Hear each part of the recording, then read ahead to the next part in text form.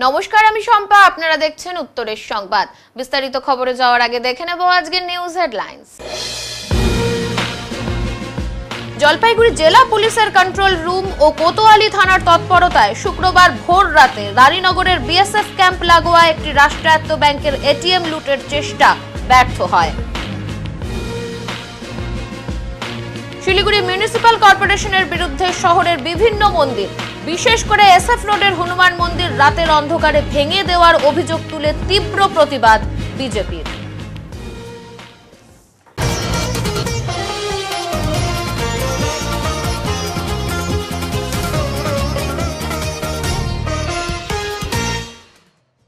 রানীনগরে ATM লুটের চেষ্টায় গ্রেপ্তার 2 অভিযুক্ত। জলপাইগুড়ি জেলা পুলিশের কন্ট্রোল রুম এবং কোতোয়ালি থানার তৎপরতায় শুক্রবার ভোররাতে রানীনগর এলাকার একটি রাষ্ট্রায়ত্ত ব্যাংকের এটিএম লুটের চেষ্টা ব্যর্থ হয়। ঘটনায় 2 জন অভিযুক্তকে গ্রেপ্তার করা হয়েছে। বিষয়টি নিয়ে আজ জলপাইগুড়ি কোতোয়ালি থানায় একটি সাংবাদিক বৈঠক করেন অতিরিক্ত পুলিশ সুপার শৌভনিক মুখোপাধ্যায়। সূত্রের খবর, এদিন ভোর 2:20 মুম্বাইয়ে অবস্থিত ওই ব্যাংকের কন্ট্রোল রুম থেকে জলপাইগুড়ি জেলা কন্ট্রোল রুমে খবর আসে যে রানীনগরের বিএসএফ ক্যাম্পের মূল গেটের পাশে এটিএম বুথে এক ব্যক্তি চুরির চেষ্টা করছে। খবর পাওয়া মাত্রই জেলা কন্ট্রোল রুম দ্রুত কোতোয়ালি থানার নাইট মোবাইল অফিসারদের ঘটনাস্থলে যেতে নির্দেশ দেয়। একই সঙ্গে রাজগঞ্জ ও ময়নাগুড়ি থানাকেও মহাসড়কে যানবাহন তল্লাশির নির্দেশ দেওয়া হয়। দ্রুত ঘটনাস্থল পৌঁছান কোতোয়ালি থানার এএসআই মুনিরাম রায় এবং এএসআই বিশাল ছেত্রী। ঠিক তখনই 2 সন্দেহভাজন ব্যক্তি ঘটনাস্থল থেকে পালিয়ে যাওয়ার চেষ্টা করে। এএসআই বিশাল ছেত্রী তাড়া করে এক অভিযুক্তকে ধরতে সক্ষম হন। ধৃত কৌশিক মুখার্জি চেওড়াপাড়া রানীনগরের বাসিন্দা বলে জানা গেছে। পরে আরও তল্লাশি চালিয়ে পুলিশ দ্বিতীয় অভিযুক্ত পথিক সরকারকেও গ্রেপ্তার করে। সেও রানীনগরের শুকুরপাড়ার বাসিন্দা বলে জানা গেছে। ঘটনাস্থলে পৌঁছান অতিরিক্ত পুলিশ সুপার, কোতোয়ালি থানা এবং রাজগঞ্জ থানার আইসি সহ পুলিশ বাহিনী। প্রাথমিক তদন্তে জানা গিয়েছে এটিএম বুথের সামনের অংশ কিছুটা ক্ষতিগ্রস্ত হলেও ভেতরে থাকা এটিএম মেশিন এবং টাকা অক্ষত রয়েছে।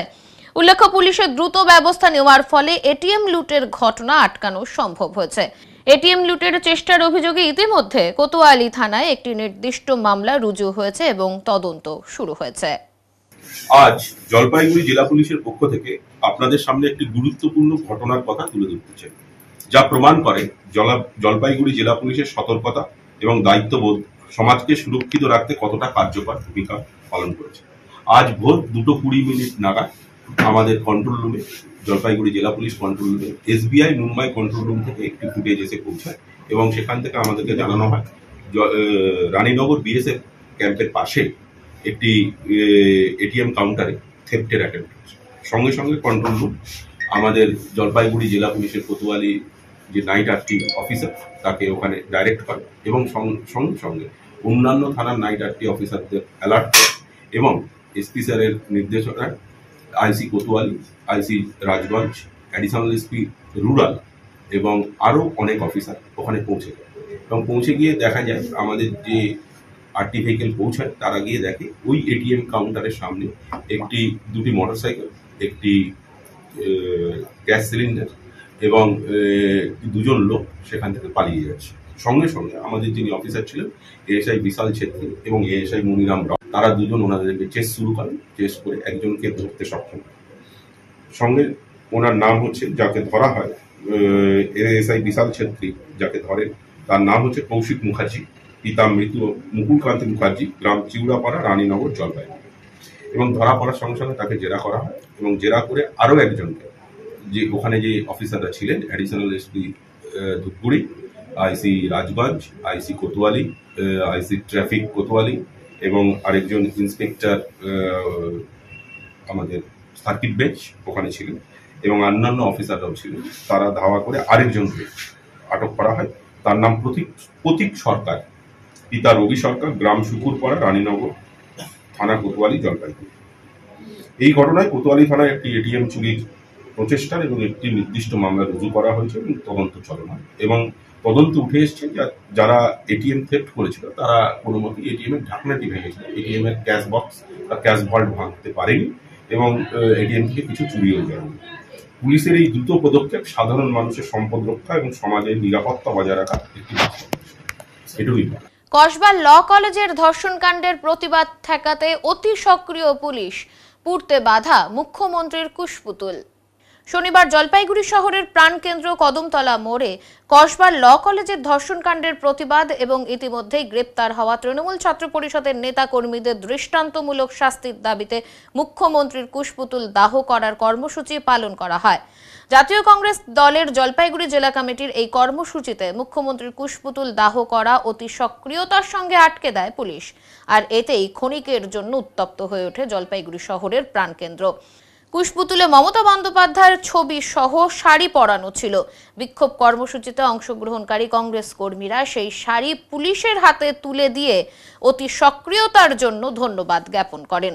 এই প্রসঙ্গে টাউন ব্লক কংগ্রেস সভাপতি অম্লান মুন্সি ক্ষোভের সঙ্গে জানান, আজকে যে অতি সক্রিয়তা পুলিশ কংগ্রেসের আন্দোলন রুখতে দেখালো সেটা নজিরবিহীন। প্রতিবাদের আগুন জ্বলছেই চলবে,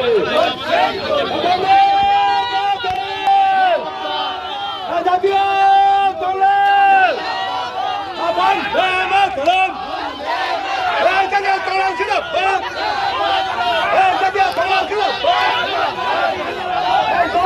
পুলিশ তোমার চালাক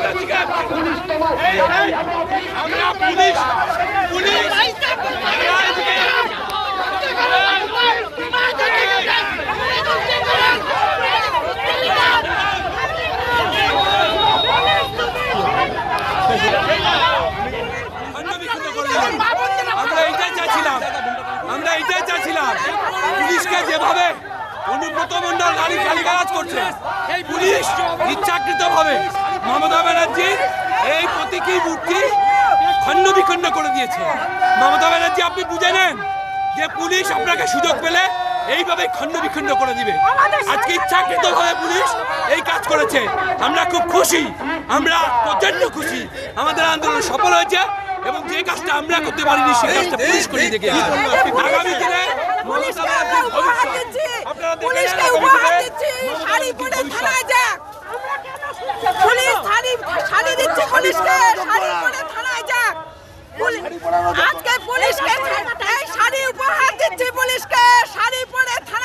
ট্রেনের টিকিটের কালোবাজারির অভিযোগে গ্রেপ্তার করা হলো ৩ জনকে। রেলের বিভিন্ন কাউন্টার থেকে দূরপাল্লার ট্রেনের টিকিট সংগ্রহ করে স্টেশনের বাইরে চলতো এই কালোবাজারি। বিক্রি করা হতো সেই টিকিটগুলোকে চড়া দামে। বিশেষ করে পরিযায়ী শ্রমিকদের কাছে এই টিকিট চড়া দামে বিক্রি করা হচ্ছিল বলে বেশ কিছুদিন থেকেই আরপিএফ এর কাছে অভিযোগ আসছিল। টিকিটের কালোবাজারির বিরুদ্ধে শুক্রবার ধূপগুড়ি স্টেশন চত্বরে আচমকাই অভিযান চালায় জলপাইগুড়ি আরপিএফ এর একটি দল। সেখানে এই চক্রের সঙ্গে জড়িত ৩ অভিযুক্তকে গ্রেপ্তার করে আরপিএফ। আরপিএফ সূত্রে খবর, ধৃতরা হলেন পরিমল সিদ্ধা, জগবন্ধু রায় এবং সুব্রত বসাক। এদের ৩ জনের কাছে যে টিকিট পাওয়া গিয়েছে তা বিভিন্ন কাউন্টারের বলে জানা গিয়েছে। আরো জানা গিয়েছে টিকিটগুলো বাইরে থেকে আসে এবং এরা যাত্রীদের দেয়। দালাল মারফত তারা এই টিকিটগুলো সংগ্রহ করে। যাত্রী সুবিধার জন্য এই অভিযান লাগাতার চলবে বলেও জানা গিয়েছে। এটাই আমাদের যে সিআইবি টিম আছে আলিপুর জংশনে, এরা ধূপগুড়িতে বিভিন্ন কমপ্লেন হচ্ছিল। কিছু লোক রাস্তার মধ্যে স্টেশনের বাইরে, স্টেশন এরিয়ার বাইরে, রেলের বাইরে কিছু লোক টিকিট বিক্রি করছে। তো সে অনুযায়ী আমাদের সিআইবি টিম আছে আলিপুরের, তারা অ্যাম্বুলেন্স নিয়ে খোঁজ খবর নিয়ে দেখে যে এরা আছে। গতকাল এদের টার্গেট করে ধরা হয়। এদের কাছ থেকে রেলের যে টিকিট পাওয়া যায় সেটা হচ্ছে বিভিন্ন কাউন্টারে, মানে বাইরের থেকে এদের কাছে টিকিট বাসে করে আসে, এরা সেই হিসাবে ওরা কাস্টমারকে সার্ভিস দেয়। কিভাবে মানে এর বাইরে থেকে কিভাবে আসে এই টিকিটগুলো? বাইরের টিকিটগুলো এরা বিভিন্ন কাউন্টারে বা বিভিন্ন এজেন্টের মাধ্যমে এরা সংগ্রহ করে। যেহেতু সাউথের গাড়িগুলোতে লেবার ক্লাস বেশি যায়, সেই জন্য ওদেরকে চড়া দাম। মানে দূরপাল্লার গাড়ি, দূরপাল্লার গাড়ি মানে লোকাল ট্রেন বা না, লোকাল দূরপাল্লা গাড়ি। এই অভিযান কি থাকবে? এটা কন্টিনিউ চলবে। মানে কিসের জন্য এই অভিযান, কি বিষয়ে বিস্তারিত? যাতে যাত্রী সুবিধা স্বাচ্ছন্দ্য থাকে। এদের তিনজনের নাম কি স্যার? হ্যাঁ, নাম কি এদের তিনজনের? এদের নাম হচ্ছে, একজনের নাম হচ্ছে পরিমল সিকদার, একজনের নাম হচ্ছে জগবন্ধু, পরিমল সিকদার, একজনের নাম হচ্ছে জগবন্ধু, আর একজনের নাম হচ্ছে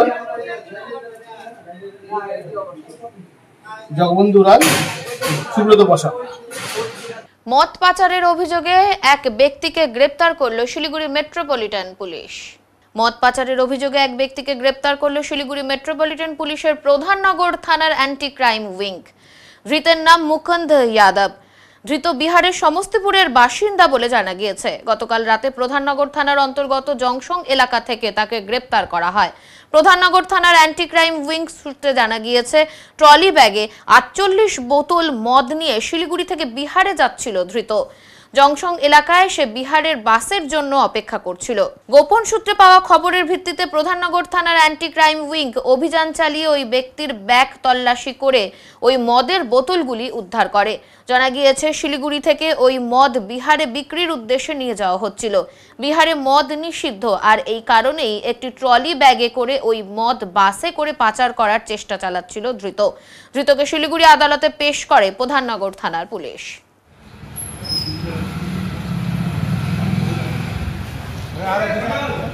জলপাইগুড়িতে দুষ্কৃতীদের মারধরে মৃত এক ব্যক্তি। ছিনতাই এবং খুনের অভিযোগ পরিবারের।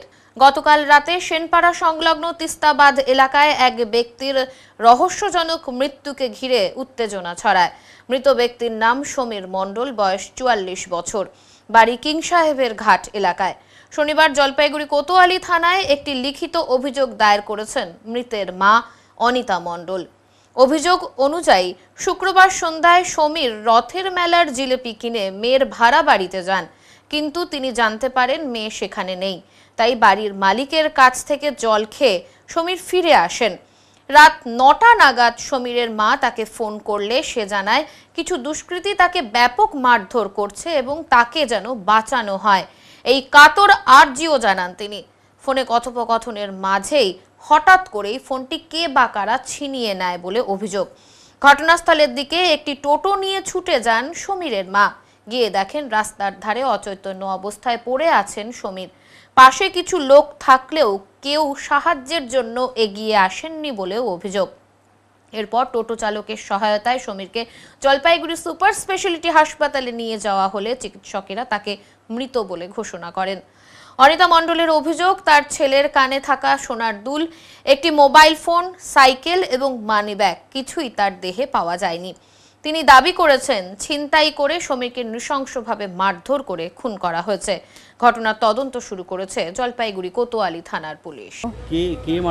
ওদের তো নাম টাম জানি না স্যার। আমাকে ফোন করছিলাম ছেলেকে, বললাম কোথায় আছিস, বললো মা আমাকে খুব মারছে, উঠতে পারতেছি না। তো রাত 9:30টার সময় হ্যাঁ, তখনই ওরা ওই ছেলেটা ফোনটা নিয়ে নিছে, বলে ফোনটা দে নিয়ে বলে ও ফোনটাও ধরছে। আমি তুমি কে, তুমি ওর ফোনটা ধরছো? বলে কি আপনার ছেলে সাইকেল নিয়ে এখানে পড়ে গেছে, নিয়ে যান, উঠতে পারতেছে না। তারপর আমি এক টোটো পাই না, একটা টোটো করে তারপরে যাই দেখি ওরকম বুতে পড়ে আছে, মুখ চোখ ফাটানো, কোনো হুঁশ নেই। হ্যাঁ, তা আমি তোমরা ওকে মারছো? বলে কি না কাকিমা মারি নাই, আমরাও বাঁচাইলাম। আমি কি করে বাঁচাইলাম? কি অন্যায় করছে যে ওকে বাঁচাইছো? হ্যাঁ, তখন বলে ভুল করে একজনের ঘরে ঢুকে গেছিলো মেয়ের বাড়ির নাম কইটা, এটা মিথ্যা কথা। তারপর বাড়িয়ালিকে জিজ্ঞাসা করলাম, বাড়িয়ালি বললো না, ও ওর মেয়েকে খুঁজে পায় না, আমার কাছে জল চাইছে, জল দিছি, জল খাইয়ে চলে গেছে। এইটাই। তা বলে কি হসপিটালে নিয়ে যান। আমি একাই তখন গেছি, একাই 10 তলায় নিয়ে গেলাম, নিতে শেষ হয়ে গেছে। নিতে নিতেই শেষ, ট্রিটমেন্ট করতে পারে নাই। কোথায় কোথায় আঘাত আছে? এই যে মুখটা ফুটগুলো থাপড়া করে দিছে কপালে, আর বুকে এসিসি করলো, ম্যাডাম বললো বুকের অবস্থা খারাপ, এসিসি খারাপ উঠছে, বাসে নাই। 2 বার টান দিল, বাস শেষ। সমীর মণ্ডল। বয়স কত ছিল? 44। ওরা তো ওইখানে গেল কেন সেনপাড়া? ওইখানে বললাম না, মেয়ে ভাড়া ছিল, মেয়েকে গেছে রথের মেলা, নাতিকে দেখতে গেছে। জিলাপি নিয়ে যাব, নাতির জন্য খেলনা নিয়ে যাব, বসতে পারে এখন, করে খেলে, বুঝলেন। আর মেয়ে যে চলে গেছে ওই বাড়ি ছাইরাও জানে না, আমিও জানি না। বিকালবেলা জামাইকে ফোন করলাম, ওকে দেখি জামাই ফোন ধরছে। আমি তোমার কাছে কেন? আর মোবাইল বলো, আর মোবাইল নষ্ট হয়ে গেছে, সিমটা আমার মোবাইলে। তো আমি মৌসুমীকে দেওয়া, বলে তো নাই, আমবাড়ি গেছে মার সাথে, ওইখানে পূজা মামার বাড়ি। তারপর আমি তুমি আমার বাড়িতে গেছো? বলে হ্যাঁ। আর কোনো কথা বলি নেই। আপনার কি মনে হয় ওকে পিটিয়ে মারল? হ্যাঁ, সিস্টাররা বলছে এটা পড়ার দাগ না, এটা মায়ের দাগ। ছিনতাই করছে, ছিনতাই করে মারছে। কেন মারবে? মোবাইল নিয়ে নিছে, ঘড়ি নিয়ে নিছে, কানে একটা সোনার দুল ছিল, তারপরে মানি ব্যাগে 2000 টাকা ছিল। ওগুলো কিছু পারনি? আমি বললাম যে এত টাকা নিয়ে যাইস না, 500 টাকা দিয়ে যা। বলে না, আমার লাগবে, আমি দাদুবের জন্য খেলনা নিব, জিলাপি নিব, বাড়িতে জিলাপি নিয়ে আসবো, আমার লাগবে।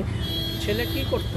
ছেলে লটারি বেচতো, আমি চালাইতাম, আমি দিতাম। আমি বিধবা ভাতা পাই, অঙ্গনারীর ঘর ভাড়া পাই, তারপরে ডিউটি করি পেশেন্টের। একটা অভিযোগ এই কদিন থেকে একটা অভিযোগ উঠছে, ও কি মাদক কেনা বেচার সাথে কোনোভাবে যুক্ত? না না না না। ঠিক আছে স্যার, কি চাইছেন? আমি চাচ্ছি ওদের শাস্তি হোক স্যার। আমার ছেলেকে যেইভাবে মারছে, ওদের যিনি ওইভাবে শাস্তি দেয় স্যার। আমার বাড়ির থেকে বইলা গেল ছেলেটা, মা আমি জিলাপি নিয়ে আসবো, মা আমি রথের মেলায় যাব, এই কথা বইলা গেল। আর আমার সাথে দেখা হয় নাই, কথা হয় নাই। 9:30 যখন বাজে, তখন বললাম কী রে, এখন আসিস না তুই কোথায়? তখনই ও বললো, মা আমাকে খুব মারছে, আমি উঠতে পারতেছি না। বলার সঙ্গে সঙ্গে ফোনটা নিয়ে নিল, ওকে আর কথা বলতে দিল না, আর কথা বলতে দিল না। কি নাম আপনার? আমার নাম অনিমা মণ্ডল। হ্যাঁ, সেটার সঙ্গে এখন তো কিছু বলা যাচ্ছে না। কমপ্লেন হলে যেটাও পোস্টমর্টমে পাঠানো হয়েছে, পোস্টমর্টম রিপোর্ট আসলে আমি বলতে পারবো। এরকম কিছু এখনো পর্যন্ত নেই। তদন্তর খাতিরে ইউডি কেস স্টার্ট হয়েছে, তদন্তের খাতিরে এখনো কিছু বলা যাচ্ছে। স্ত্রীকে খুন করে আত্মঘাতী হলেন স্বামী। ঘটনাটি ঘটেছে জলপাইগুড়ি পান্ডাপাড়া কলোনি এলাকায়। শনিবার সকালে মর্মান্তিক এই ঘটনায় ব্যাপক চাঞ্চল্য ছড়িয়ে পড়ে জলপাইগুড়ি শহরের 14 নম্বর ওয়ার্ডের 7 নম্বর গলিতে। বিছানার মধ্যে পড়েছিল মৃত গৃহবধূর নিথর দেহ। তার নাম নন্দিনী রাউত, বয়স 29 বছর। অভিযোগ, তাকে খুন করে আত্মঘাতী হয়েছে তার স্বামী সানি রাউত, তার বয়স 39 বছর। ঘরের ভেতর থেকে তার ঝুলন্ত দেহ উদ্ধার করে জলপাইগুড়ি কোতোয়ালি থানার পুলিশ। দুজনের মৃত্যুর কারণ জানতে দেহ দুটিকে ময়নাতদন্তের জন্য জলপাইগুড়ি মেডিকেল কলেজ ও হাসপাতালে পাঠানো হয়েছে। মৃত নন্দিনী রাউতের আত্মীয় সুনিতা রাউত জানান, তার স্বামী সানি রাউত সন্দেহের বশে স্ত্রীকে সবসময় মারধর করতেন। মাঝে মধ্যেই তাকে মেরে ফেলার হুমকিও দিতেন বলে অভিযোগ। জানা গিয়েছে সানি রাউত রেল দপ্তরে কর্মরত ছিলেন। এই দুই মৃত্যুর ঘটনা নিয়ে তদন্ত শুরু করেছে জলপাইগুড়ি কোতোয়ালি থানার পুলিশ। মৃত্যুর কারণ খতিয়ে দেখা হচ্ছে। আপনাদের তো পাড়ারই তো, এখন কি হয়েছে না হয়েছে বলা মুশকিল, ওর বাবাই বলতে পারে। মানে কি এসে দেখলেন পরিস্থিতি? দেখলাম মেয়েটা নিচে ঘুমানো আছে, ছেলেটা ঝুলে আছে, পাশে তো অনেক রক্ত। হ্যাঁ, এখন দুইজনের মধ্যে কি হয়েছে বলা মুশকিল। এর আগে সানি কি করতেন? হ্যাঁ, সানি রাউত কি কাজ করতো? সানি রাউত রেলের চাকরি, পার্মানেন্ট চাকরি, রেলে চাকরি করতো। কয় ভাই ওরা? ওরা 2 ভাই। 2 ভাই। এটা বড় ছিল, এর ভাই ছোট বস্তিতেই থাকে। কি হতে পারে? তদন্ত হওয়া উচিত। কিছু বলতে পারবো না, স্বামী স্ত্রীর ব্যাপার এখন কি হয়েছে এটা তো বলা মুশকিল। মোটামুটি ওর বাবা বলতে পারে, মেয়ের বাবা। আপনার তো বাসি বাড়ি, কি ঘটনা সকালে কি শুনলেন, কি বিষয়? সকালবেলা ওনার বাড়িতে কেউ ছিল না স্বামী স্ত্রী ছাড়া। সকালবেলা ওনার মানে মেয়েটার মা আসলো, যে কান্নাকাটি শুনে আমরা বেরোলাম। বেরোয় দেখি যে এরকম ঘটনা, দরজা খোলা। উনি ছিল না, শিলিগুড়ি গেছিলো, এসে দেখলো যে দরজা খোলা। উনি ঢুকে দেখে কান্নাকাটি শুরু করছে। তারপরে আমরা বাইরে হয়ে দেখলাম যে স্বামী স্ত্রী 2জন মারা গেছে। মানে স্বামী হচ্ছে মানে ঝুলে আছেন, আর বিছানার মধ্যে হচ্ছে ওনার স্ত্রীর শরীর পড়ে আছে। পড়ে আছে মানে কি কোনো আঘাত কিছু? এখন পুলিশ না আসা অবধি তো আমরা ওগুলো দেখতে পাইনি, কারণ আমাদের হাত দেওয়াটা দরকার উচিত না। তো হয়তো মার্ডার করছে বা মরছে, বিষ খাওয়া হোক বা যে করে হোক হয়েছে, মারা গেছে। কি নাম? মেয়েটার নাম হচ্ছে নন্দিনী রাউত, ছেলেটার নাম সানি রাউত। বয়স কত হবে? মেয়েটার হবে 30-এর মধ্যে আর ছেলেটার 35-এর মধ্যে। কি অনুমান করছেন এই পাশে আপনার তো পাশেই বাড়ি? এখন পাশাপাশি বাড়ি, আমরা কোনো কেচাল বা কিছুর আওয়াজ পাইনি। ফ্যামিলিগত কথা ঘরে হতে পারে, তার জন্য সেটা বুঝলেন কি করে যে আজকে ওনারা এইভাবে ইয়ে হয়ে আছে? সকালে দেখছি আমরা ওনার মা এসে এরকম কান্নাকাটি করতেছিল, তখন খোলা সব, আমরা তখন বের হইলাম পাশাপাশি বাড়ি, তাই তখন দেখলাম। আচ্ছা, এটা আপনার পাড়ায়? হ্যাঁ, আমার পাশে বাড়ি। কি নাম আপনার? আমার নাম গোপাল দে। আর এই পাড়ার নাম? এটা হচ্ছে পান্ডাপাড়া 7 নম্বর গলি। আর এখানে কি ওনারা থাকতো বাড়ি কিনে? এটা অ্যাকচুয়ালি যে স্বামী স্ত্রী মারা গেছে সেই মানে সানি রাউত, যে তার শ্বশুর বাড়ি এটা। এখানে থাকতো মাঝে মধ্যে এসে থাকতো। পার্মানেন্ট বাড়ি হচ্ছে 3 নম্বর ঘন্টি, আর এখানে হচ্ছে মাঝে মধ্যে থাকতো। কি নাম আপনার? আমার নাম সুনীল রাউত। কি আপনারই বাড়িতে তো মেয়ে জামাই থাকতো? মেয়ে জামাই থাকতো না, জামাই মানে বস্তিতে বাড়ি আছে। আমার মেয়ের জামাই বস্তিতে বাড়িতে আছে, এই বাড়িটা আমার, বুঝলেন তো। ওর অশান্তি লাগতো তো আমি নিয়ে আসতাম, শিলিগুড়িতেও নিয়ে যেতাম, ওখানে ঝগড়া এখানে ঝগড়া। তারপরে কালকে ওরা ঘুরতে সকালে চলে গেল, ঘুরতে গেলো তো আমরা ফোন করলাম তো ফোন ধরে নাই। তারপরে 10 মিনিট পরে আবার ফোন ধরছে, তো মেয়ের সঙ্গে কথা বললাম, বলে আমরা ঘুরতেছি, আমরা চলে আসবো। তারপরে আমি 2000 টাকা পাঠালাম যে ইটবালা আসছে, ওকে টাকাটা দিয়ে দিস। তা বলে ঠিক আছে। 9টা পরে শুরু করছে, বড় নাতনিকে মারছে ওইটা জামাইটা, তো কাঁদতেছে। তা বউ আমার ফোনটা ধরছে, তখন বলতেছে বড় নাতনি কেন কাঁদতেছে? মেয়েটা বললো ও জামাই মারছে। তো 2-4 কথাবার্তা হইলো ফোনের মধ্যে। তারপরে আমি ভাস্তাকে পাঠালাম যে তুই যা, বাড়িতে যা। ও আসলো, আইসে দেখলো, ওকে বললো যে ঘর থেকে বারো। ঘর থেকে কোনো মতেই বার হয় নাই, ঠিক আছে। তারপরে রাত্রিবেলা মানে বাচ্চাটাকে নিয়ে চলে যা, ওরা থাক। যদি না, মেয়েটাকে বললো যে চল, মেয়েটা গেল না। আর মেয়েটা গেল না, তো এই যে রাত্রিবেলা ওকে মনে মনে খালি সন্দেহ, পাপ আছে, আর কিছু না, আর কিছু না। কিরকম সন্দেহ করতো? খালি বলতো বউ অন্য সঙ্গে কথা বলে, মোবাইলে কথা বলে, তুই কার সঙ্গে আছিস বল, আমাকে বল, আমি তোকে ছাড়িয়ে দিব। আমরা বললাম যে তুই ছাড়ে দে, তোর জায়গা নিজে থাক, আমার মেয়েকে আমি নিয়ে যাই। এরকম তো আপনারা কোনো কিছু পাননি কোনোদিন? না, কিছু পাইনি, কোনো ই নাই, খালি ফোকাস, এগুলা ফোকাস। সন্দেহের বশবর্তী হয়ে এটা খালি মনের মধ্যে সন্দেহ ছিল। যখন আসতো মোবাইলটা দিত, নিয়ে বাস যা। আজকে কি দেখলেন? দেখলাম ওই যে মেয়েটাকে মাইরে নিজে মরে গেল। কি নাম দাদা আপনার? সুনীল রাউত। মেয়ে কি হয় আপনার? মেয়ে আমার মেয়ে। আর এই বাড়িটা কার? আমার। আপনার বাড়িতেই থাকতো ওরা? হ্যাঁ, আমার বাড়ি।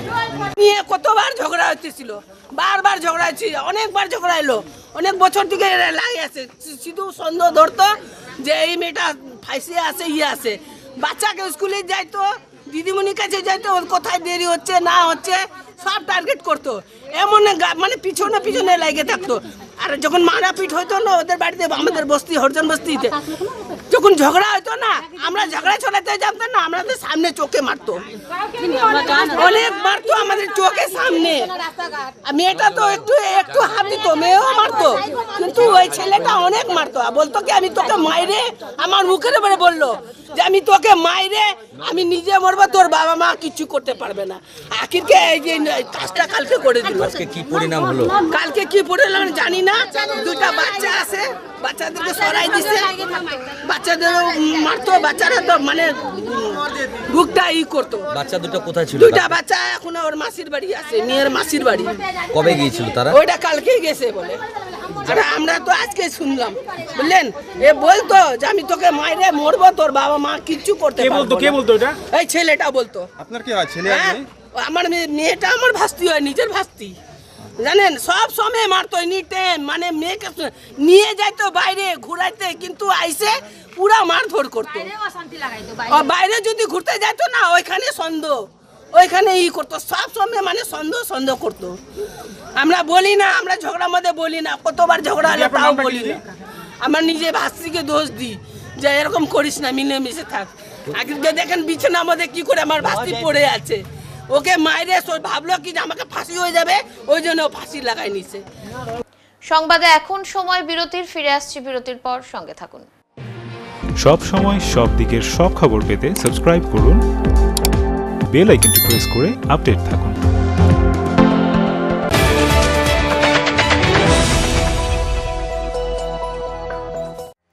আগামী মাসের 1 তারিখ থেকে স্কিল নেস্ট নিয়ে এসেছে দারুণ এক অফার। থাকছে 1 মাসের ফ্রি ডেমো ক্লাস। আজ থেকে এ মাসের 30 তারিখ পর্যন্ত নাম নথিভুক্ত করা যাবে। আমাদের এখানে nursery to class 4 all subject, class 5 to class 6 all arts group including Bengali, history, geography, Sanskrit এবং ক্লাস 7 থেকে ক্লাস 10 অল সাবজেক্ট যত্ন সহকারে পড়ানো হয়। আরো বিস্তারিত জানতে আজই আসুন স্কিল নেস্ট, নয়াবস্তি, 1 নম্বর ঘুমটি, জলপাইগুড়ি। যোগাযোগের নাম্বার 7602790567।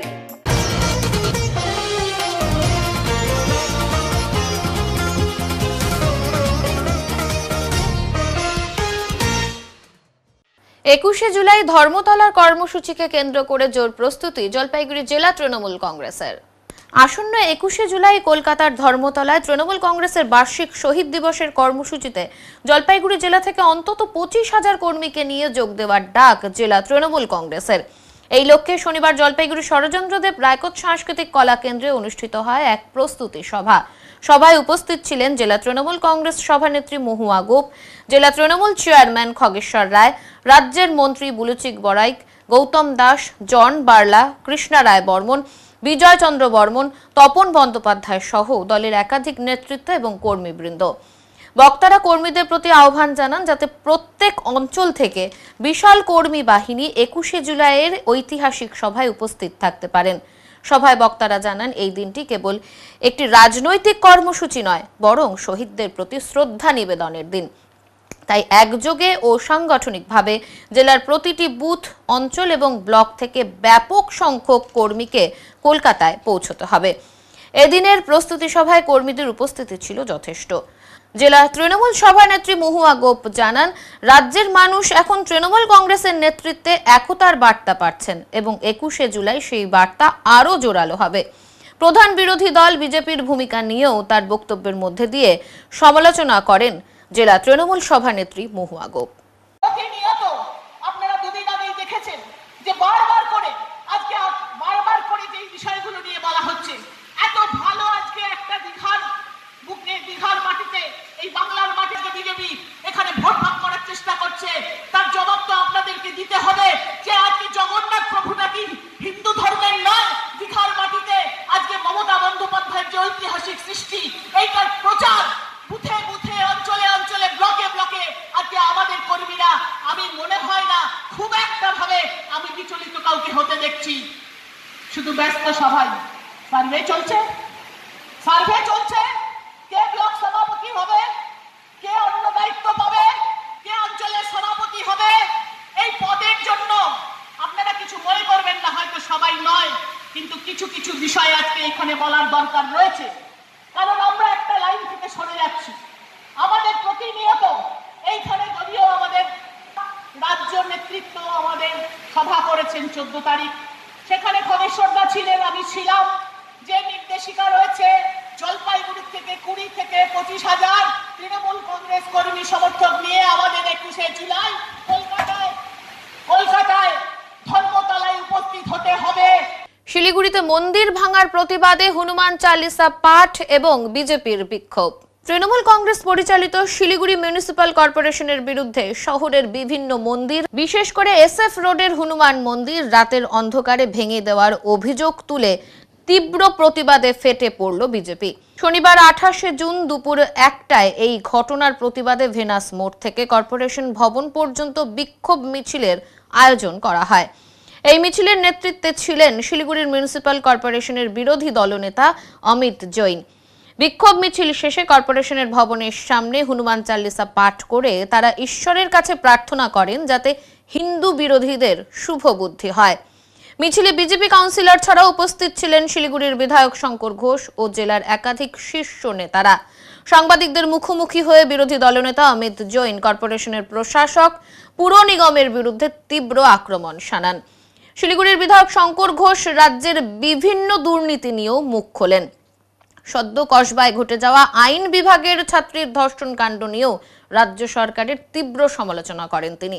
বিজেপির দাবি, শহরের মন্দির ভাঙার মাধ্যমে তৃণমূল সরকার হিন্দু ধর্মীয় ভাবাবেগে আঘাত করছে। এই ইস্যুতে আগামী দিনে বৃহত্তর আন্দোলনের হুঁশিয়ারি দিয়েছেন বিজেপি নেতারা। যদি এই ধরনের ছেলেদেরকে সুপারিশ করেন তাহলে বুঝতে হবে এই দলটাই পচে গেছে।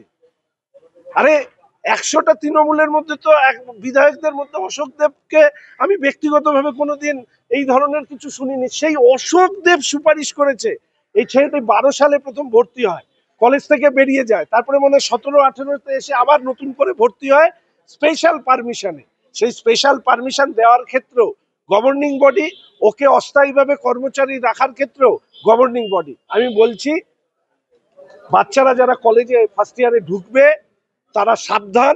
প্রত্যেকটি কলেজে এই ধরনের কি শেখ শাহজাহান, জাহাঙ্গীর, অনুব্রত, আরাবুল এরা হচ্ছে উপস্থিত। এদেরই রূপ হচ্ছে এই যে কি মনোজ না কি মনোজিৎ না কি নাম সব শুনলাম, এরা হচ্ছে এদেরই ছোট সংস্করণ।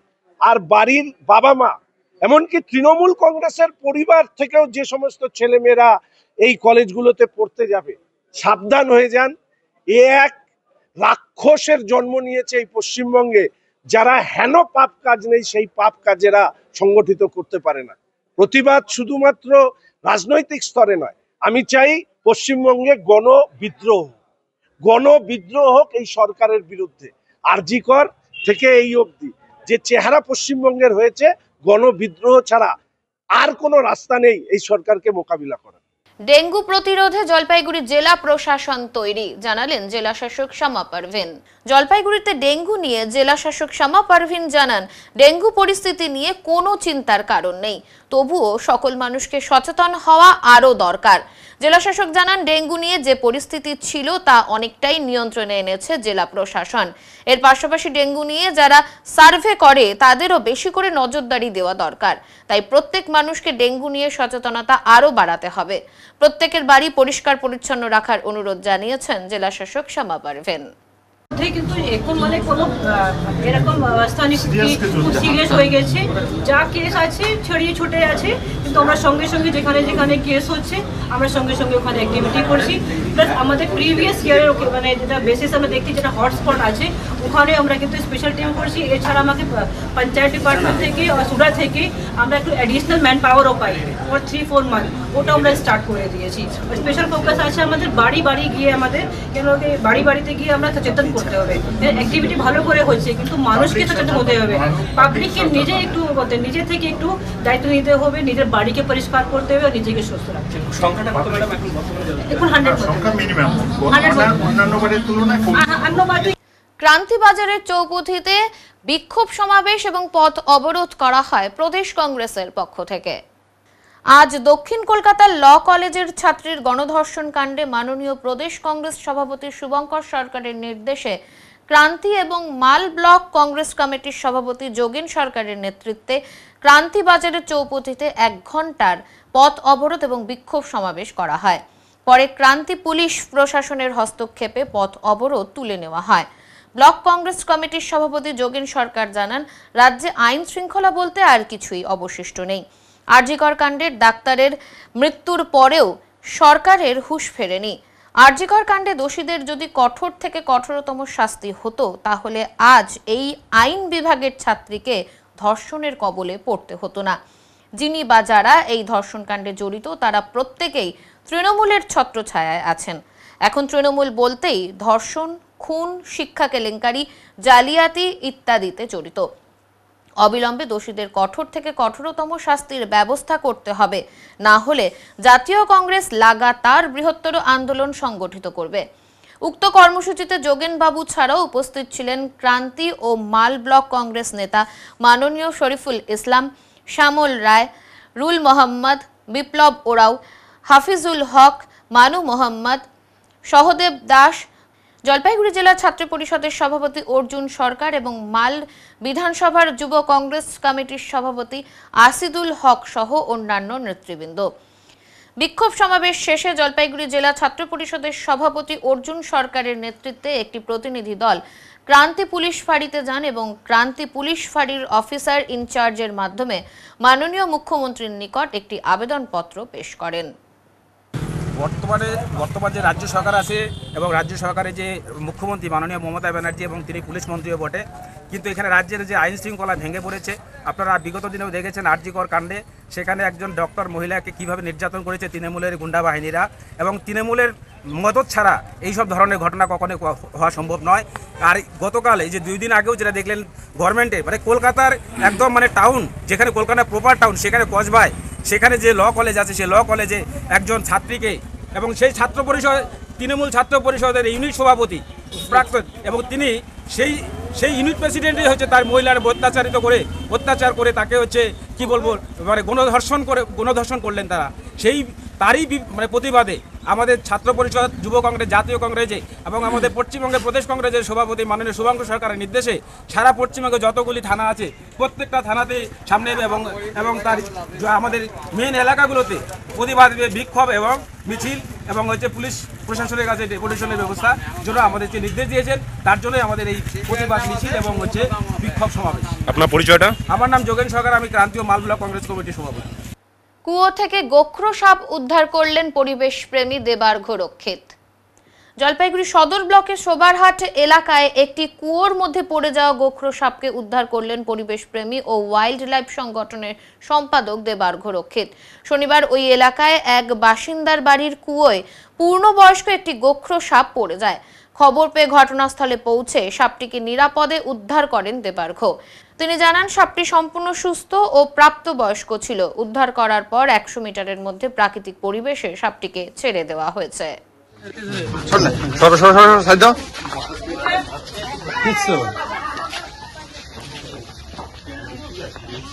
আজকে আমাদের ওই শোভারহাটে থেকে ফোন আসে নেহাতুল্লাহর বাড়ির থেকে যে কুয়ায় একটা সাপ পড়ে আছে। তো আমরা আসি দেখতে, এটা পূর্ণবয়স্ক গোখরো সাপ। তো ওটাকে সুস্থভাবে রেস্কিউ করা হলো, সুস্থ আছে সাপটা। তো আমরা ওনাদের সাথে কথা বললাম, ওদেরকে আমরা অ্যাওয়ারনেস করলাম। আমরা সাপটাকে 100 মিটারের মধ্যে সাপটাকে রিলিজ করছি। সাপটা কত বয়স্ক? পূর্ণবয়স্ক সাপ, ফুল অ্যাডাল্ট। এটাকে আপনারা কোথায় কি করবেন? আমার রেস্কিউ হয়ে গেছে, আমরা এখন ওই ওনাদের বাড়ির 100 মিটারের মধ্যে আমরা সাপটা রিলিজ করব। সংবাদে এখন সময় বিরতির, ফিরে আসছি বিরতির পর, সঙ্গে থাকুন। সব সময় সব দিকের সব খবর পেতে সাবস্ক্রাইব করুন, বেল আইকনটি প্রেস করে আপডেট থাকুন।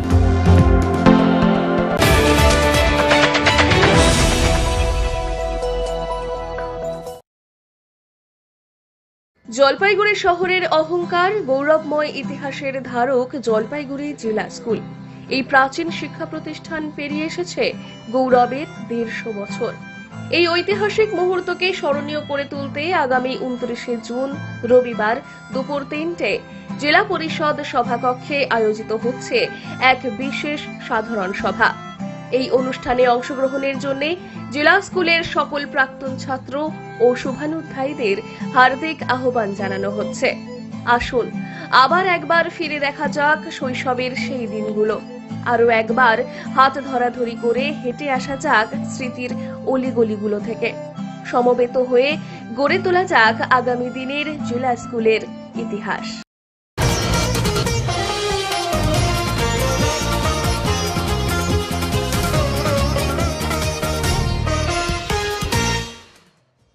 জলপাইগুড়ির প্রবীণ মৃৎশিল্পীদের মধ্যে অন্যতম রঞ্জিত পাল। ৭৮ বছর বয়সে আজও মূর্তি গড়ার কাজ করে চলেছেন এই মৃৎশিল্পী রঞ্জিত পালের বয়স এখন ৭৮ বছর। আর এই বয়সে আজও বিভিন্ন মূর্তি গড়ার কাজ করে চলেছেন নিজের হাতে। আজ শনিবার এবং আগামী মঙ্গলবার বিপত্তারিণী পুজো, আর এই পুজোর মূর্তির কাজ সব শেষের পর্যায়ে। বর্তমানে জলপাইগুড়ি শহরের প্রবীণ মৃৎশিল্পীদের মধ্যে যিনি রয়েছেন তিনি হলেন রঞ্জিত পাল। আর এই বয়সে এখনো বিভিন্ন দেবদেবীর মূর্তি গড়ার কাজ করে চলেছেন তিনি। আজ এবং আগামী মঙ্গলবার রয়েছে বিপত্তারিণী পুজো। প্রবীণ মৃৎশিল্পী রঞ্জিত পাল জানান এবছর মূর্তির অর্ডার কম এসেছে। এবছর মাত্র 20টি প্রতিমার কাজ করেছেন তিনি। এই শনিবার আর মঙ্গলবারে পুজো হয়, দুটোই ডেট। তার জন্য প্রস্তুতি চলছে? হ্যাঁ, প্রস্তুতি। আচ্ছা, কতটা এবার পেলেন? এবার কম, খুব কম, এই 20খানার মতো। 20খানা, মানে এখানে তো অনেক কটাই দেখা যাচ্ছে। এই তো 20খানার মতো, টোটালি 20খানাই আছে। অন্যান্যবার একটু বেশি হয়, এবার একটু কম। এবার ঠিকঠাক দাম পেয়েছেন? এই মোটামুটি যা যেভাবে হয়, অন্যান্যবার থেকে একটু সামান্য বেশি দিলে কম। আপনার তো বয়স অনেকটাই হলো। হ্যাঁ। কতটা কাজ, কত বছর এখন? এখন 78 চলছে। 78। এই 78 বছর বয়সেও এই কাজ করছো একদম নিয়ে? করা হচ্ছে, করতেই হবে, এটা আমাদের পূর্বপুরুষের কাজ, অন্য কাজ তো আর শিখি নেই। মানে এখনও কি ঠিকভাবেই করছে? হ্যাঁ। জেনে নাম? রঞ্জিত পাল। এখন শনিবারের আবহাওয়ার খবর।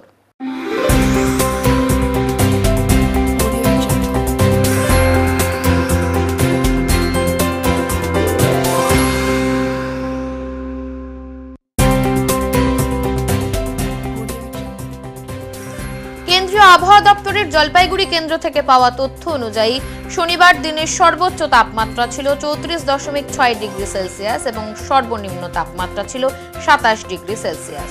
গত 24 ঘন্টায় বৃষ্টি হয়েছে 11 মিলিমিটার।